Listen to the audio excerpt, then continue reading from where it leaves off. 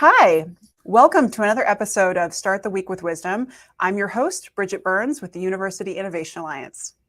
I'm Doug Lederman, editor and co-founder of Inside Higher Ed.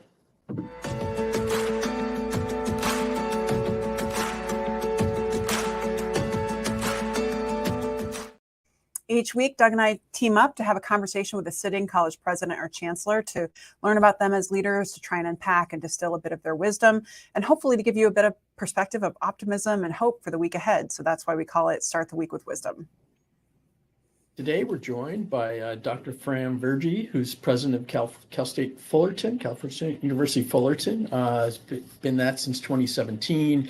He had a previous stint as a leader at the Cal State system as executive vice chancellor and general counsel and secretary to the board, a bunch of titles. And before that, had a fascinating career in law. So we'll talk a little bit about his path to that. So back to you. Welcome, Dr. Virjee.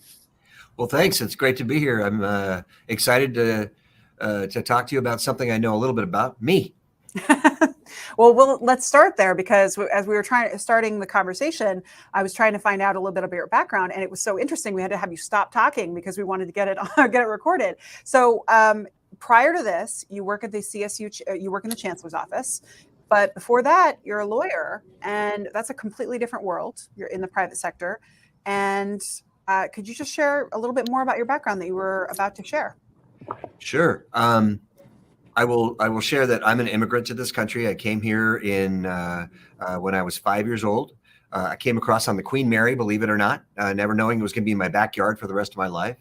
I'm a product of public education. Went to UC Santa Barbara, a great place to go to school for undergrad, and then to UC Hastings for law school. And I always planned to be a lawyer. That's what I plan to do with my life. When you're the son of immigrants who did not go to college, I'm first in my family to go to college, you're either going to be a doctor or a lawyer. And they saw my math grades and they said, you're going to be a lawyer. And so I was blessed, and that is the perfect word for it, to go to work for a very large law firm, O'Melveny and Myers. And I was a corporate litigator, courtroom lawyer, litigated cases all across the country, specializing in labor and employment. And I did that for 30 years. And my wife and I have a nonprofit in Rwanda, and we were going to move to Rwanda. That was our plan. And I got sidetracked. I got waylaid. I had a friend who was on the board of the Cal State system, and they were looking for a new general counsel. She called me and said, do you know anybody? And I said, yes. And I gave her some names of some folks. She said, well, we sort of thought maybe you would want to do this. I said, no, I know what I'm doing with my life. I've retired from my law firm. I want purpose. I want to give back. That's my goal. And she said, well, why don't you meet with the chancellor? He's only been here for about 8 or 9 months. I met with him. I told him all about Rwanda. He told me all about the CSU. We shook hands, and I literally left for Rwanda. And I got a call from the headhunter saying, come back and meet the board. They want you to take this job as general counsel. I said, no, I'm in Africa. I got a different plan. But they were persistent, and I found myself in front of the board.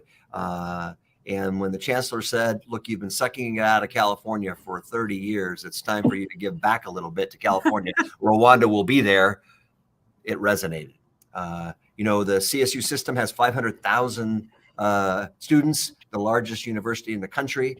And it was a chance to make a difference, to have impact, work on access, work on funding, work on reinventing higher ed. And when he said I could be executive vice chancellor and general counsel and help do that, I was in. So I told him I'd do it for 5 years. At the end of 4 years, good corporate citizen, been in the corporate world my whole life. I went to him and said, succession planning. I've got my successor. He's going to be great. He said, oh, you mean Andy Jones? Yeah, he's going to be terrific. He should take that job right now. And I thought, wow, I guess, okay. And I can go off to Rwanda. He said, well, I have another idea. Why don't you go down to Fullerton and be the president there? Now, I will tell you, I've been looking over the fence at the president's job. There's 23 campuses in the CSU, and I was the consigliere, the counsel for all those presidents. And I thought, this is the greatest job in the world, but I'm never going to have a chance to do that. I didn't come up through the academy.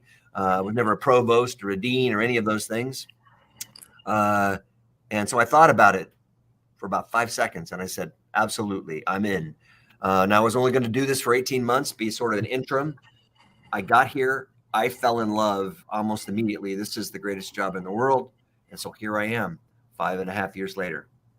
Wow. That is, I have not ever heard a story quite like that in terms of leading to the presidency. And I guess, one of the questions that I always ask is, what's the most surprising thing about your career? And it sounds like you've got quite a few of them.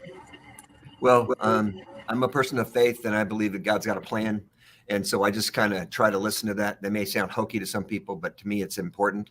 But I had no idea I would ever be a college president or a university president, believe me. So the biggest surprise is that I'm sitting in this chair. And probably the second biggest surprise is how much I love it. That's super helpful. First of all, a couple things you said and attributed to the chancellor, who I assume was Tim White, sounded very much like things Tim White would say, like, you've been sucking it out of California and need to give it back. That sounds very Tim. But it is interesting. There aren't a lot of general counsels and lawyers. I mean, there are a lot of people who were lawyers who I think have law degrees who go on to be college presidents, but very few of them, I think, have been lawyers most of their careers. I think that remains a pretty unusual path. But this is also a time where a lot of people are looking at university presidents and wondering if it's still a great job. And I'd love to hear you say a little bit about why you think it is such a great job, because it seems really hard right now. Well, it is a very hard job. Do not get me wrong. And there are a lot of things about it that I'm not crazy about, to be honest with you. But it is probably, looking at my life and the things that I've done in my life, it is the most fulfilling thing I've ever done. I can see the impact. We are the largest undergraduate university in California. The impact of that is amazing. We have 325,000 alums in Orange County and around, and 80% of them live within 50 miles of my campus. So I have a Titan family that I believe in strongly. This is impact. We don't just, more than 50% of our kids are first gen, more than 60% of our kids are Pell. These students, when they come to us, we're changing their lives, but we're also changing the lives of their family. We're building their future for them, for their first and their second job, but we're also teaching them and helping them to know how to create community, to build a community that's knit together, that cares about the future. And so if I want to leave a legacy, if I want to make a difference, if I want to have an impact on the world, I believe in diversity, equity, inclusion, social justice, knitting a community together so that it will be a great place to live. I do that on my campus and the surrounding geographic area, LA County, Orange County, Riverside County, San Bernardino, they will reflect that. So I keep that in mind all the time. Why am I here? What's my mission? My mission is to help these students, these kids. They're not kids, but they feel like kids to me. I'm an old fart. I'm to help them build the beloved community of tomorrow that I believe in, but I haven't had a chance to build. I don't have the access. They have the access to do that. I have to say, your energy is really invigorating. I think it's just, yeah. And are you trying to convince Doug and I to become college presidents? Was this a secret sale? I'm telling you, it's the greatest job in the world. I'm not kidding you. This is a little unexpected, but I am coming from the perspective of working with a lot of lawyers. And one of my observations is that the general counsel of institutions is obviously their job is to be the most risk averse. And so often when I'm watching executive cabinets, I notice that they wait until the end to weigh in. And usually it's, about risk aversion. And so I often see them as not inclined towards as much innovation and more reserved, right? And obviously you've had to do the opposite of that. And so I'm just curious about, as a lawyer, you've been trained with a very specific way of how to think about, how to analyze and to make decisions. Has that ever created a tension for you? We've had to push yourself to be a bit less risk averse now in the presidency, or do you feel like you're playing such a different role that everything is different? So you've changed entirely? Well, Bridget, what I would do is I would challenge your initial theory that lawyers are the most risk averse. Good lawyers are not the most risk averse. I used to tell the lawyers that were working for me, the baby lawyers, the associates that I was helping to train, I said, an okay lawyer identifies the problem for me. A better lawyer identifies a problem and offers one solution. It's usually the least risky solution. A good lawyer comes to me and says, here's the problem, and here are 3 alternative solutions. And I think this one is the best because I think it's best for the future of the business, of the company, et cetera. So I was trained, and I believe strongly that a lawyer can't just give the advice that is the most risk averse. I can tell anybody how to avoid getting sued, but that has to go into the soup. It has to go into the mix of what's best for the company, what's best for growing the company, building revenue, market share, etc. And something comes out of that. So sometimes the thing that's the most risk averse isn't the best thing. That is also true. So that trained me up well to be the general counsel of the system. One of the arguments about why the CSU general counsel's office wasn't doing as well as it should when I came was it was too risk averse. Sometimes you got to fight a case. You have to set a standard, put a marker in, and say, no, we're not going to settle that case because that's not what is best for students. That's not what's best for the long-term health of the institution. So the great thing about being a lawyer, what lawyers learn to do, if they're good, is to take lots and lots of information, put it in chronological order, digest it, figure out what's most important, and then find solutions. So we think logically, deductively, and creatively to move toward a solution. Boy, that's trained me well to be a college president. And I think that's great training for any good leader. Point taken. That was excellent analysis, and that's very similar to the advice I give for folks who are trying to figure out how to tee up decisions to leaders in terms of lightening the decision-making fatigue, doing some of that groundwork of vetting and identifying and making a recommendation. So this is great. Doug, I can hand it over to you. Okay. Well, my question I was going to ask is, now just thinking about your role, thinking about how you're looking at higher ed, you really give us a compelling vision for why you do this work and what your passion, how you connect to it. But I'm curious about what changes you think need to happen from higher ed at this moment, given the very specific background that you bring to the table. Well, it might surprise you what the first thing that comes to mind for me is, but I think you all at Inside Higher Ed might see this more clearly than individual presidents or leaders or campuses see. Higher ed is under attack right now. The value proposition of higher ed is under attack right now. The idea of having a campus be a crucible of ideas, the academy being a place where we examine different issues, the freedom to do that and to come up with new ideas and innovation is under attack right now. And from my perspective, what higher ed needs, this is going to sound silly, but they need a Got Milk campaign.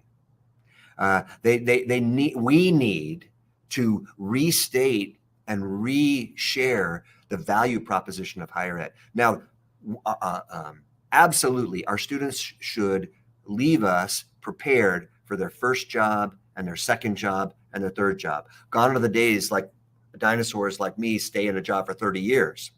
They're going to have those, and they should be developing their profession, but they should also leave being great citizens, wanting to give back to their community. I want them to sit on corporate boards and on boards of education, to be entrepreneurs and give back to their community. And so higher ed is the place where we collectively build and quilt communities together. We come up with common value propositions, As a lawyer, that's what laws and regulations are. They're just common value propositions that are the sinew that holds us together as a community. You learn that in higher ed, and you go out and you inculcate it into your community. Higher ed is a place where we can examine the possibilities of the future, where it's okay to say wacky things, because sometimes those wacky things turn out to be the best things. That's how you innovate. Substantively, higher ed is a place to move our country forward. Higher education, I believe this because I lived it, is the great equalizer.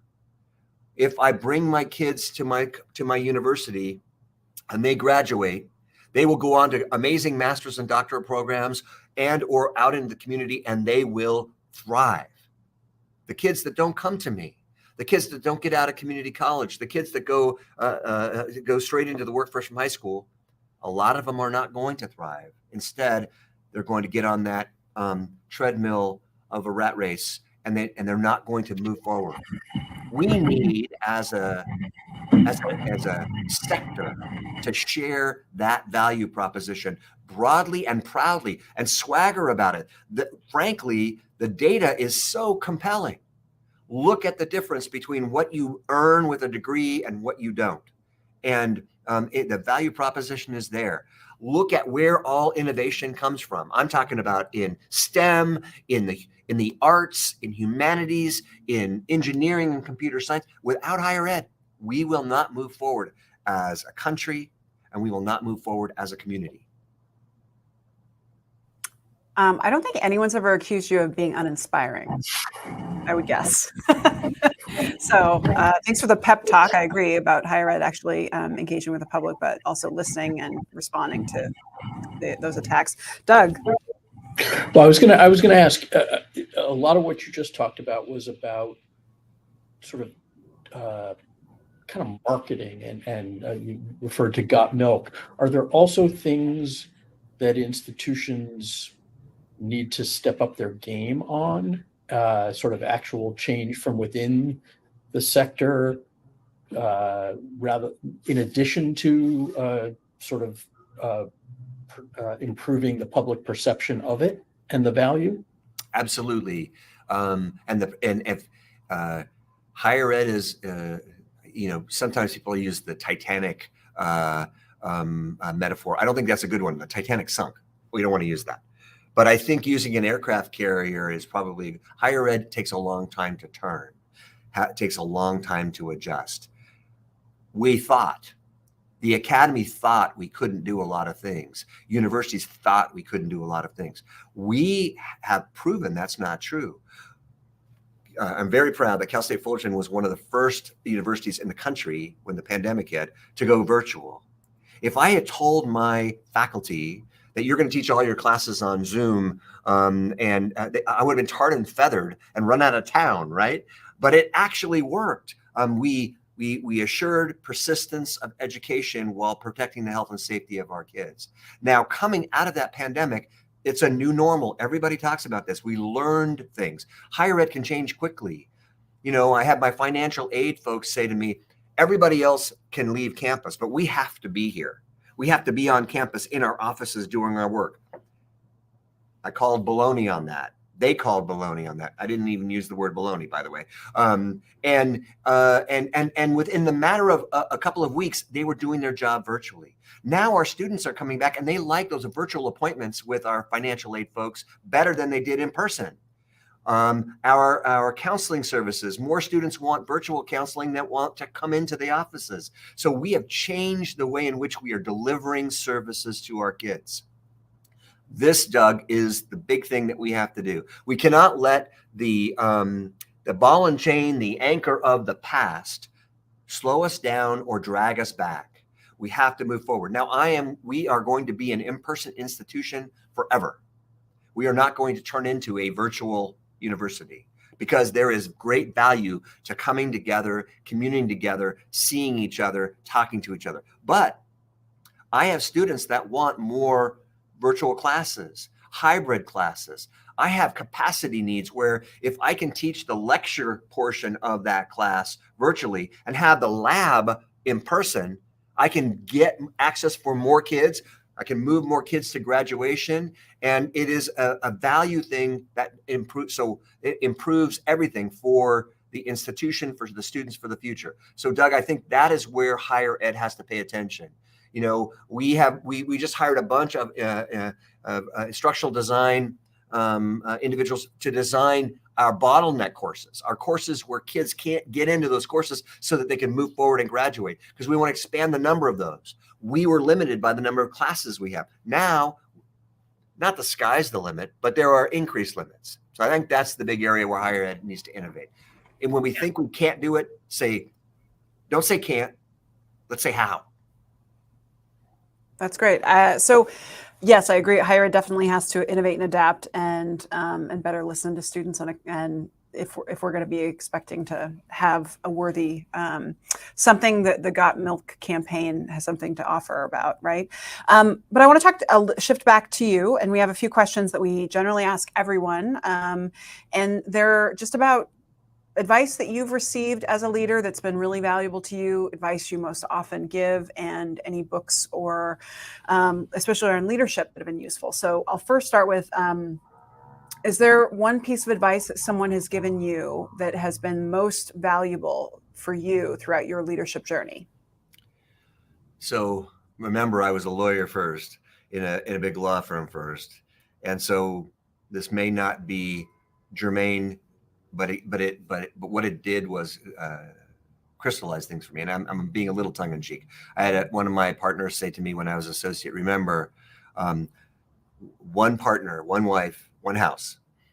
You know, that was his big advice to me, which really, it was kind of silly advice, but it was, keep your eye on the prize, keep your eye on the future, keep your eye on where you're going and what you're doing, and don't get distracted. That's how I took it.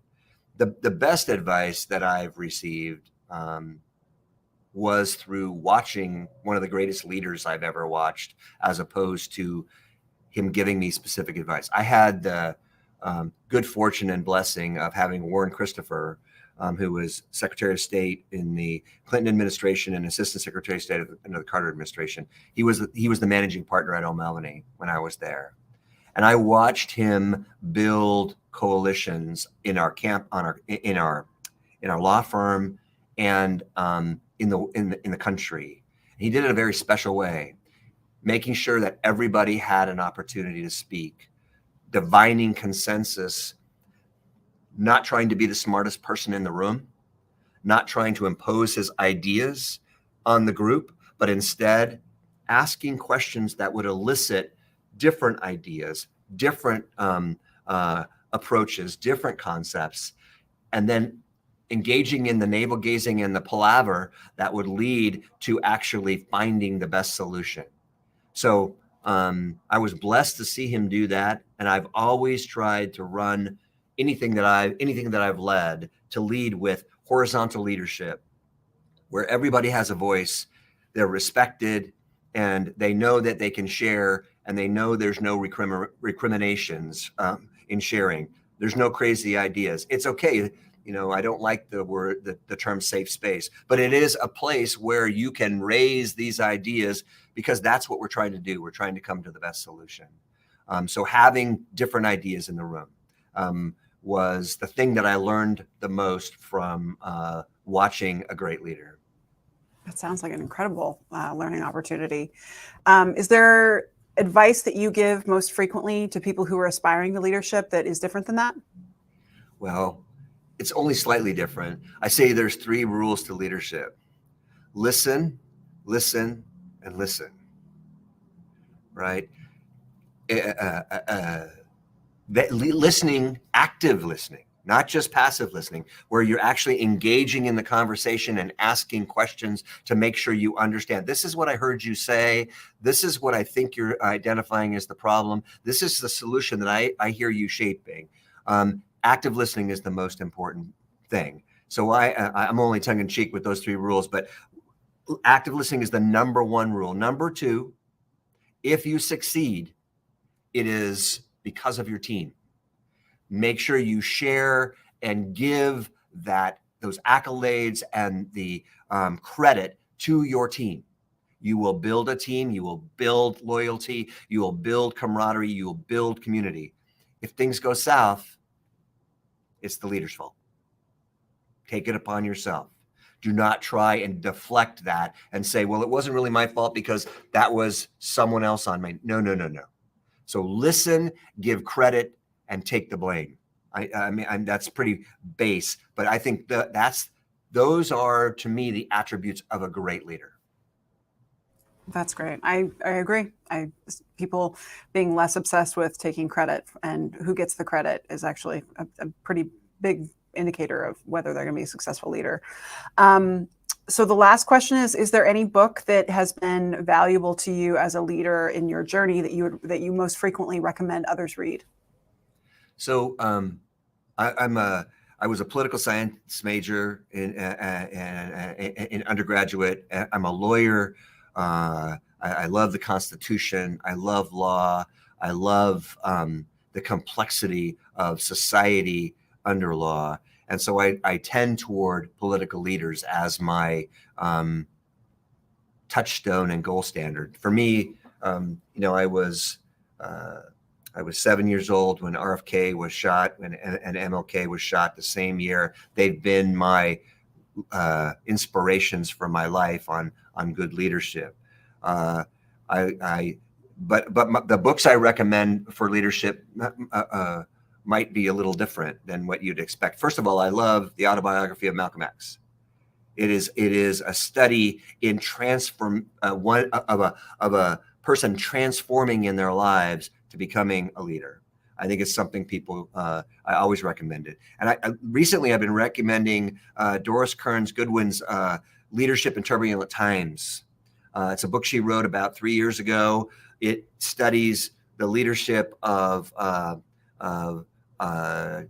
Teddy Roosevelt, of FDR, of Lincoln, and of Lyndon Johnson. Very different leaders. You see how they led in crisis. Some were much more directive in their leadership. Some were much more horizontal in their leadership. They were all hugely charismatic individuals. They all created an esprit de corps and a leadership among their team. How they went about doing that. Lincoln was a much more lonely leader, but just an amazing individual that he did this. Teddy Roosevelt was much more demanding. FDR was a consensus builder, and Lyndon Johnson defies definition in his leader. Yet he was successful when we look back in building coalitions and working with Congress. So I think it's a great book to read, and it's a great book for college presidents to read. Great. Well, these are wonderful recommendations, and we so appreciate them to share with others. And we've really appreciated the chance to get to know you. You've been quite surprising and delightful and we're always looking for other examples of paths to the presidency. So this has also been very helpful for that. So for that, we want to thank you for your time today. Doug, as always, thanks for being an excellent co-host. And for those at home, we will see you next week. Thanks so very much. I really enjoyed it.